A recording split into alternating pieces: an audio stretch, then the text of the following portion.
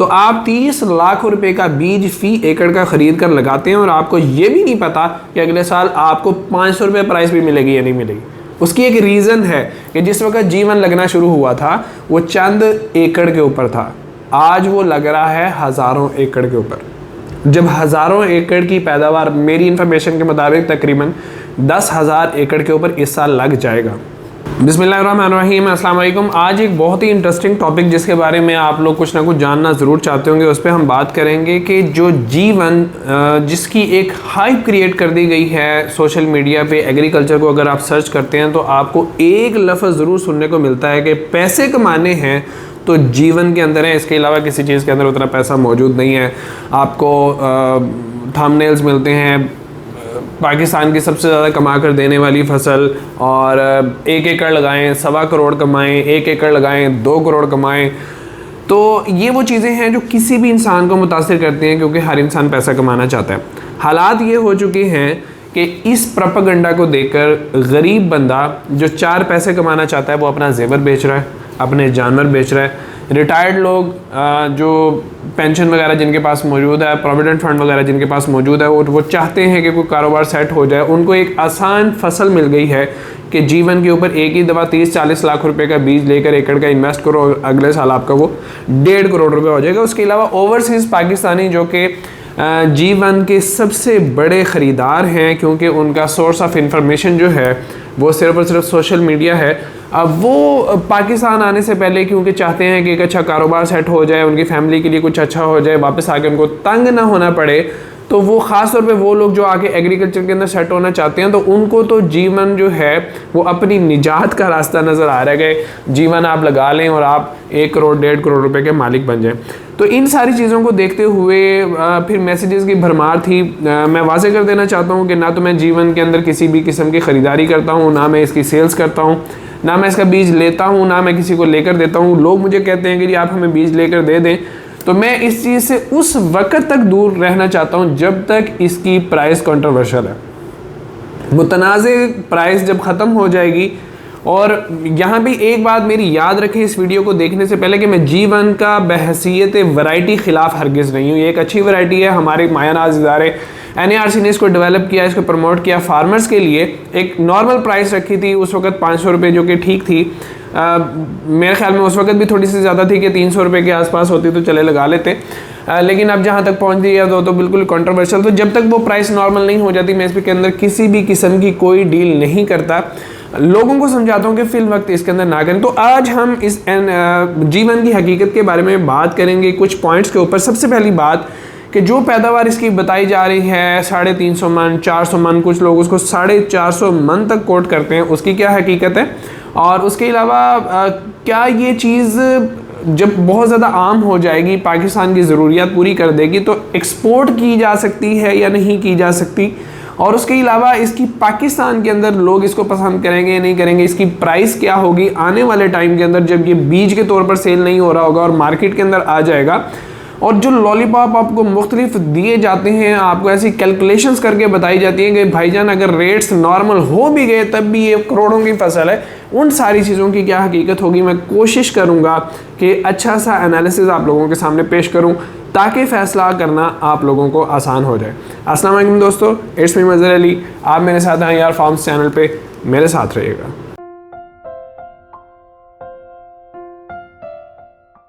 तो सबसे पहले हम बात कर लेते हैं जीवन की असल प्रोडक्शन के बारे में कि जो प्रोडक्शन इसकी कोट की जा रही है कि 350 मन से लेकर 450 मन तक आपको इसकी पैदावार देखने को मिलती है, वो क्या हकीकत है या झूठ है। अपना एक्सपीरियंस बताता हूँ कि मैंने 250 मन से लेकर 300 मन तक के फार्मर देखे हैं। 300 मन का फार्मर सुना है, ख़ुद नहीं मिला उससे, और वो थे भी उन इलाकों के हरीपुर, हज़ारा, कश्मीर, मतलब ऐसे इलाके के जहाँ पे ना तो गर्मियों में ज़्यादा गर्मी पड़ती है ना ही सर्दियों में बर्फ़बारी होती है। एक नॉर्मल मौसम, सर्दियों में शिद्दत ज़्यादा होती है सर्दी की, लेकिन बर्फ़बारी नहीं होती है।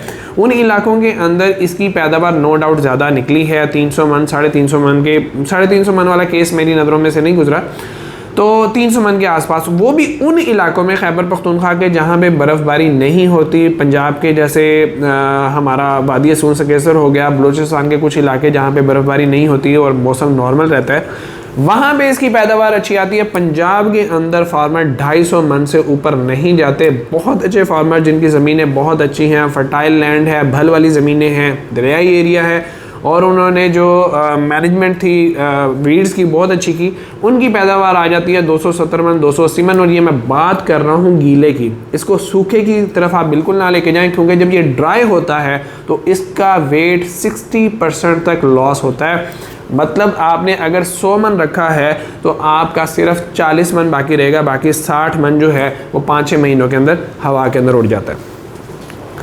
तो जहाँ ये बात गलत, बिल्कुल गलत है कि 350 से 450 मन तक इसकी पैदावार होती है। इसकी 250 मन बहुत अच्छी पैदावार समझी जा सकती है, 300 मन तो आउटस्टैंडिंग है, और कुछ एरियाज़ के अंदर होती है, हर जगह पे नहीं हो सकती।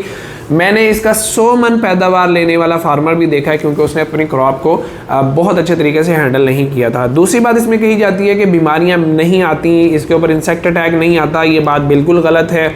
बाकी लहसन को जिस तरीके से बीमारियां आती हैं, इस लहसन को भी उसी तरीके से बीमारियां आती हैं। अगर आपकी मैनेजमेंट अच्छी नहीं होगी तो ये लहसन भी बाकी लहसन की तरह ख़राब हो जाएगा, इसको भी कीड़ा बाकी लहसन की तरह खा जाएगा। ज़्यादा खतरा इसको जड़ की तरफ से होता है, क्योंकि वाटर कंटेंट इसके अंदर बहुत ज़्यादा, और बैक्टीरियल ब्लाइट इसका बेड़ा गर्क कर सकती है। तो यहाँ ये बात क्लियर हो जाती है कि मेहनत करेंगे तो जीवन से आपको प्रोडक्शन एक ख़ास हद तक मिलेगी, उसके बाद नहीं मिलेगी। अब हम इसका मुकाबला करते हैं पाकिस्तान के अंदर मौजूद दूसरी वैरायटीज़ के साथ, जिसके अंदर छोटी वैरायटीज़ के अंदर हमारा देसी गुलाबी आ जाता है और NS 756 आ जाता है। मोटी वैरायटीज़ जो जीवन से थोड़े से कम साइज़ के अंदर होती हैं, उसमें हरनाई आ जाता है और कोहाटी आ जाता है। हरनाई की पैदावार 200 मन लेने वाले फार्मर, गीले की मैं बात करूंगा, 200 मन लेने वाले फार्मर भी मैंने देखे हैं, 100 मन पैदावार लेने वाले फार्मर भी देखे हैं। NS 756 जो छोटे साइज़ के अंदर आता है, उसके 170 से 180 मन पैदावार लेने वाले फार्मर भी देखे हैं, और तकरीबन 60 से 70 मन लेने वाले फार्मर भी देखे हैं। बात वही है कि ज़मीन कैसी थी और मेहनत कैसी थी। अब हम यहाँ पे इसका थोड़ा सा प्राइस कंपैरिजन कर लेते हैं, और प्राइस कंपैरिजन हम सिर्फ सीड के अंदर कर रहे हैं। हम जो इसकी मार्केट वैल्यू है उसके बारे में थोड़ा सा बाद में बात करेंगे। NS 756 की जो लास्ट ईयर सीड की वैल्यू थी वो 5,000 रुपये मन से लेकर मैक्सिमम जो गई थी वो 8,000 9,000 रुपये मन A ग्रेड के अंदर गई थी। और जो हरनाई था उसकी प्राइस आई थिंक 8,000 से शुरू हुई थी और 13,000 रुपये मन तक एंड पे गई थी, जब इसकी डिमांड बहुत ज़्यादा बढ़ गई थी और एक क्वालिटी का भी था। वहीं पे जीवन की इस वक्त मार्केट वैल्यू जो है ड्राई की, और पिछले साल जो गई थी वो 2 लाख रुपये मन। अंदाज़ा कर सकते हैं आप, मैक्सिमम 13,000 मन, मैक्सिमम 9,000 मन और 2 लाख रुपए मन। कितना बड़ा प्राइस डिफरेंस है, जबकि हमें पैदावार के अंदर जो डिफरेंस नज़र आ रहा है वो 50 मन मैक्सिमम 100 मन का नज़र आ रहा है। तो अब अगली बात आ जाती है कि ये लगेगा कितना फ़ी एकड़। ड्राई आपका 12 मन से 15 मन लगता है जीवन फ़ी एकड़, और जो NS 756 है वो 6 मन लगता है, 7 मन लगता है। हरनाई जो है वो 9 मन के करीब करीब लग जाता है। तो आप ये देखें कि सीड भी आप ज़्यादा लगाएंगे इसलिए आप पैदावार ज़्यादा ले लेंगे। इधर सीड कम लगा रहे हैं इसलिए आप पैदावार कम ले रहे हैं। उधर 2 लाख रुपए का मन लेंगे और इधर आप मैक्सिमम 9,000 से 13,000 रुपए का मन लेंगे। तो ये इतना बड़ा प्राइस डिफरेंस है अगर हम इसका मुकाबला करते हैं पाकिस्तान की दूसरी वैरायटीज़ के साथ। अब हम आ जाते हैं, एक बड़ा ही ज़बरदस्त किस्म का लॉलीपॉप आप लोगों को दिया जाता है कि भाईजान अगर इसकी प्राइस कम हो भी जाती है, अव्वल तो इसकी प्राइस कम होगी नहीं, तो प्राइस अगर इसकी पाकिस्तान के अंदर कम हो भी जाती है तो बाहर की दुनिया इसके लिए बाहें फैला के बैठी हुई है कि किस तरीके से पाकिस्तान के अंदर जीवन की ज़रूरियात पूरी हों और हम इस जीवन को किसी तरह ख़रीद लें और अपने सालन के अंदर डाल लें। दुनिया इंतज़ार कर रही है जीवन के बारे में। भाईजान ये एलिफेंट गार्लिक जीवन के मुकाबले के अंदर आता है। आपके रिश्तेदार होंगे यूरोप के अंदर, अमेरिका के अंदर, दूसरे कंट्रीज़ के अंदर, आप उनसे पूछें कि बड़े लहसन के अंदर एलिफेंट गार्लिक अगर है तो उसकी मार्केट वैल्यू क्या है। दूसरे लहसन के मुकाबले में एलिफेंट गार्लिक की मार्केट वहाँ पे भी कम है। और किसी भी मुल्क को एक्सपोर्ट करना इतना आसान नहीं होता, बहुत सारे पैरामीटर्स होते हैं, हर मुल्क की अपनी पाबंदियाँ होती हैं, वो अपनी ज़रूरियात के मुताबिक ही लहसन मंगवाते हैं। अब ऐसा नहीं है कि चाइना जितना दिल करेगा पाकिस्तान के अंदर लहसन भिजवा देगा, पाकिस्तानी मंगवाएंगे तभी लहसन भिजवाएगा। दूसरी चीज़ ये हो जाती है, इस चीज़ को समझने की कोशिश करें। मिसाल के तौर पर ये एक्सपोर्ट होना शुरू हो भी जाती है तो क्या होगा। सरगोदा के अंदर किन्नू बहुत पैदा होता है, एक्सपोर्ट भी बहुत होता है। मुल्तान, रहीम यार खान, दूसरे इलाकों के अंदर आम बहुत पैदा होता है, एक्सपोर्ट भी बहुत होता है। आलू पूरे पंजाब के अंदर बहुत ज़्यादा होता है और एक्सपोर्ट भी बहुत ज़्यादा होता है। तो फिर क्या हुआ, आम आपको 150 रुपये किलो नहीं मिल रहा, एक्सपोर्ट तो हो रहा है। माल्टा आपको 150 रुपये का 200 रुपये का दर्जन आउट ऑफ सीजन मिल जाता है, एक्सपोर्ट तो हो रहा है। आलू आपको 50 रुपये किलो मिल रहा है क्योंकि, लेकिन एक्सपोर्ट भी हो रहा है। तो किसी चीज़ के एक्सपोर्ट होने से कोई इतना बड़ा फर्क नहीं पड़ जाता होता कि 500 रुपये की चीज़ 5000 रुपये की हो जाएगी। ये सिर्फ आप लोगों को खिलाया जा रहा है कि जनाब ये वो चीज़ है जिसको आपने अगर लगा लिया तो आपकी नस्लों का मुस्तकबिल संवर जाएगा। आपका मुस्तकबिल तो संवरा हुआ अभी चेक की सूरत में आप हमसे ले लें। तो थोड़ा सा चीज़ों को समझने की कोशिश करें। अगली चीज़ आ जाती है, एक बहुत पुरानी वीडियो थी जिसके अंदर वो टाइम बाकी ऐसा था कि पाकिस्तान के अंदर लहसुन के ऊपर इतना गौर नहीं किया जाता था।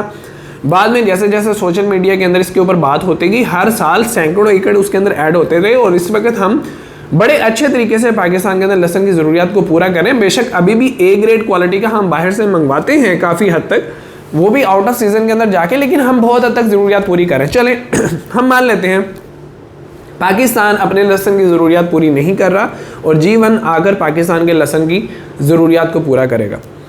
इस वक्त जो ए ग्रेड क्वालिटी का लहसुन है वो 300 रुपये किलो है और वो मेरा ख्याल है इस साल है, पिछले साल उसकी ये प्राइस नहीं थी। पिछले साल 200 रुपये या 250 रुपये किलो के आसपास था। चले हम 300 रुपये कंसिडर कर लेते हैं। आपके कहने के मुताबिक पाकिस्तान इस वक्त लहसुन की शॉर्टेज से गुजर रहा है। मार्केट के अंदर लहसुन मौजूद नहीं है, हम बाहर से लहसुन मंगवा रहे हैं। बाहर से लहसुन मंगवाने के बावजूद हमें वो 300 रुपये किलो मिल रहा है। अब जब G1 आ जाएगा पाकिस्तान के अंदर लहसुन की सारी ज़रूरियात को वो पूरा कर देगा। और बल्कि अभी G1 मौजूद नहीं है तो लहसुन की दूसरी वैरायटीज़ पाकिस्तान की ज़रूरियात को पूरा करेंगे। जब G1 आएगा तो फिर तो ज़रूरियात पूरी करने के बाद बहुत सारा हमारे पास बच जाएगा। तो यहाँ पे मार्केट का एक उसूल लागू होता है, डिमांड एंड सप्लाई। ये आपकी कीमत का तयन करता है। अब जब डिमांड बड़ी, सप्लाई पीछे से कम थी, रेट ऑटोमेटिकली ऊपर चला गया। अब हम 300 रुपये का लहसुन खरीद रहे हैं। आपके मुताबिक जब G1 की हाई यील्ड मार्केट के अंदर आएगी, पाकिस्तान की सारी ज़रूरियात पूरी हो जाएंगी तो रेट ऑटोमेटिकली डाउन होगा। अब जब रेट डाउन होगा, जो अब 300 रुपये का है तो वो 200 रुपये का मिलेगा, तो आपको लहसुन की प्राइस 200 रुपये की मिलेगी। इंटरनेट के ऊपर मौजूद जितनी भी मार्केटिंग वीडियोस हैं G1 की या जिनमें G1 का तारुफ कराया जा रहा है, कैलकुलेशंस की जा रही हैं, आप उनके अंदर गौर करेंगे कि जब भी वो ज़रब देते हैं तो वो हाई यील्ड को ज़रब देते हैं हाई प्राइस के साथ। मतलब वो कभी भी ये नहीं कहेंगे कि 350 मन से कम की पैदावार आई, वो कहेंगे जी 350 मन को ज़रब दें आप 500 रुपये के साथ। 350 ज़रब 40, ये केजी निकल आया आपके, और इन केजीज को आप ज़रब दे दें 500। रेट भी वो लगाया जो मार्केट के अंदर नहीं है, यील्ड भी वो लगाई जो हमारे खेतों में नहीं है। ये किस किस्म की कैलकुलेशंस हो रही हैं? तो आप 30 लाख रुपए का बीज फी एकड़ का ख़रीद कर लगाते हैं और आपको ये भी नहीं पता कि अगले साल आपको 500 रुपये प्राइस भी मिलेगी या नहीं मिलेगी। उसकी एक रीज़न है कि जिस वक्त G1 लगना शुरू हुआ था वो चंद एकड़ के ऊपर था, आज वो लग रहा है हज़ारों एकड़ के ऊपर। जब हज़ारों एकड़ की पैदावार मेरी इंफॉर्मेशन के मुताबिक तकरीबन 10,000 एकड़ के ऊपर इस साल लग जाएगा। अब जब 10,000 एकड़ की पैदावार आएगी और अगर वो 200 मन भी हुई तो आप अंदाज़ा लगाएं कि वो कितने एकड़ के ऊपर लगने के लिए काफ़ी होगी। अब जितने एकड़ पे वो लगेगी उसके अलावा दूसरी वैरायटीज़ भी लहसुन की लगी हुई हैं, तो ये सारी की सारी यील्ड क्या बीज के तौर के ऊपर सेल हो जाएगी? लाजमी बात है ये मार्केट के अंदर जाएगी। और जब मार्केट के अंदर जाएगी और इसको एक्सेप्ट नहीं किया जाएगा दूसरी वैरायटीज़ के मुकाबले में, क्योंकि इसका रेट ज़्यादा है, तो फिर होगा क्या कि जितना इन्वेस्टर एक अच्छी उम्मीद लेकर आया था वो इस सारे के सारे बीज को मार्केट के अंदर डंप करके जो मिल रहा है उसको समेट के निकलने की कोशिश करेगा। ऐसे में वो गरीब लोग फंस जाएंगे जिन्होंने अपना सारा कुछ बेचकर इस बीज को खरीदा। याद रखें, हर चीज़ की एक मार्केट वैल्यू होती है, उससे ऊपर के जितने प्रॉफिट आप लोगों को दिखाए जा रहे हैं वो धोखा होते हैं। मैं एक मिसाल के ज़रिए से आपको समझाने की कोशिश करता हूँ। आप एक ज्वेलर के पास जाते हैं और उसे कहते हैं कि मुझे भाई एक डायमंड की रिंग दिखा दें, एक गोल्ड की रिंग दिखा दें।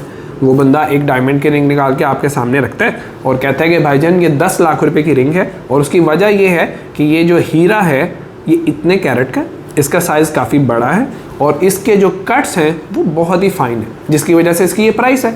आपको समझ लग जाएगी कि देखें भाई कैरेट ज़्यादा हैं, कट्स बहुत फाइन है, क्वालिटी अच्छी है, तो हीरे की इतनी प्राइस तो होनी चाहिए, क्योंकि जैसे ही साइज़ बड़ा होगा उसकी कीमत लाखों के अंदर ऊपर चली जाएगी। अब आप उसको कहते हैं गोल्ड की रिंग दिखाएं, वो सोने की रिंग उठा के आपके सामने रखता है कि भाईजान ये 1 तोले की रिंग है, ये भी 10 लाख रुपए की।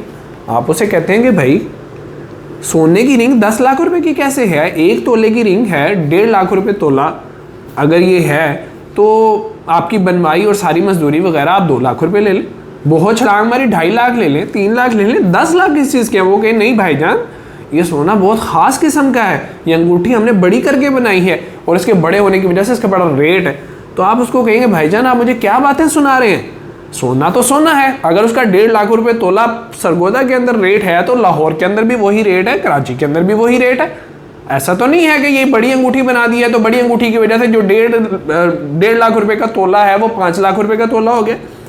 तो इसी तरह जो जीवन है एक्चुअली वो एक लेसन है। एक लेसन होने से ज्यादा उसमें ऐसा क्या है कि जिसकी वजह से उसकी मार्केट प्राइस 500 रुपए से 5000 रुपए किलो पे चली गई। भाईजान वो हीरा तो नहीं है कि इसका साइज बड़ा हुआ तो कीमत कई गुना ज्यादा ऊपर चली गई। वो एक लेसन है, एक सब्जी है, उसको उसकी औकात में रखें। वो 500 रुपए का था, उसको 500 रुपए में रहने दें, आने वाले वक्त में वो तो इससे भी नीचे जाएगा। तो ये चीज़ आपको समझाने की ज़रूरत है कि ये सारे के सारे लॉलीपॉप्स हैं, आपको दिए जा रहे हैं ताकि आप इसको खरीदें। जब तक आप जैसे लोग इसको खरीदने के लिए बैठे हुए हैं तब तक इसकी प्राइस नीचे नहीं आएगी। आज आप लोग इसको खरीदने से थोड़ा सा पीछे हट जाएं, मार्केट के अंदर थोड़ी सी बेयकीनी हो जाए, यकीन करें सिर्फ 10 दिन के अंदर इसकी कीमत जिस तरह से नीचे गिरेगी आपके दिल को भी तसल्ली हो गई कि आप बहुत बड़े धोखे से बच चुके हैं। मैं ये नहीं कह रहा कि बेचने वाले आपके साथ धोखा कर रहे हैं। देखिए उनके पास एक चीज़ है और उसकी इतनी प्राइस उनको मिल रही है, वो तो देंगे। वो एक बंदे को 5000 रुपये ऑफर हुआ, वो आपको 4500 में क्यों देगा या वो आपको 500 में क्यों देगा? वो तो उसको 5000 के ही बेचेगा। कसूर खरीदार का है। तो अपने आप को थोड़ा सा काबू करें। पहले ही साल अमीर होना ज़रूरी नहीं होता, लेसन लगा के अमीर होना ही ज़रूरी नहीं होता, और चीज़ों में मेहनत करके भी आप अमीर हो सकते हैं। 1 साल रुक जाए, सारी की सारी सिचुएशन इंशाल्लाह आपके सामने आ जाएगी। दूसरा बहुत बड़ा ख़तरा जो हमें नज़र आ रहा है वो ये है, लास्ट ईयर भी लोगों के साथ बहुत ज़्यादा इसके अंदर धोखा हुआ कि इस जीवन की प्राइस को देखते हुए बाहर से इसके साइज़ की दूसरी वैरायटीज़ को इम्पोर्ट कर लिया गया और उनको जीवन का नाम देके मार्केट के अंदर सेल कर दिया गया, जिसकी वजह से लोगों ने 2 सोर्सेज से मेरे सामने ये वीडियोस आई हैं, लोगों ने मुझे भिजवाई और पूछा कि इस मसले का क्या हल है। तो बीज ही अगर ख़राब हो तो उसका तो कोई हल नहीं हुआ करता कि 1 एकड़ का बीज एक जगह से ख़रीदा लगाया, उसकी ग्रोथ जीवन की तरह अच्छी है। दूसरा बीज दूसरे सोर्स से ख़रीद के लगाया 4 कनाल, उसकी ग्रोथ बहुत ही बुरी है, बहुत ही ज़्यादा बुरी। उस 4 कनाल के बीज में से थोड़ा सा बीज बच गया था, वो उस 1 एकड़ में जहाँ पे जीवन असली वाला लगा हुआ है वहाँ पे लगा हुआ है, तो वो एक लाइन अलग ही नज़र आ रही है कि उसकी ग्रोथ बिल्कुल भी नहीं है। और जैसा ये पिछले साल हुआ ये कम था, इस साल हमारी रिपोर्ट्स के मुताबिक ये ज़्यादा होगा। तो ख़ुद को बचाएं। अगर आपको मेरी वीडियो सुनने के बाद भी तसल्ली नहीं हुई तो जिससे भी आप लोग जीवन का सीड परचेज़ कर रहे हैं उसे कहें कि भाई हम आपके सीड का सैंपल लेके NARC वालों को चेक करवाएंगे, अगर वो अप्रूव करेंगे तो हम ये जीवन लगाएंगे, वरना हम नहीं लगाएंगे। दूसरी चीज़, जिन लोगों के पास सीड है वो उसको ज़रूर लगाएं, एक अच्छी वैरायटी है। आप पैसे कमा चुके हैं पहले, अगर आप लोगों को अगले साल पैसे नहीं भी बचते तो कोई फ़र्क नहीं पड़ता, आप अपने पैसे पूरे कर चुके हैं। मेरी ये वीडियो उन लोगों के लिए है जो पहला साल है, इन्वेस्ट करना चाहते हैं, पैसे कमाना चाहते हैं। तो मेरा मशवरा है कि एहतियात करें। उम्मीद है वीडियो पसंद आई होगी। अगर पसंद आई है तो लाइक और शेयर ज़रूर कीजिएगा, अपने कमेंट्स के ज़रिए से अपने राय का इज़हार ज़रूर कीजिएगा। मज़हर अली को इजाज़त दीजिए। अल्लाह हाफ़िज़।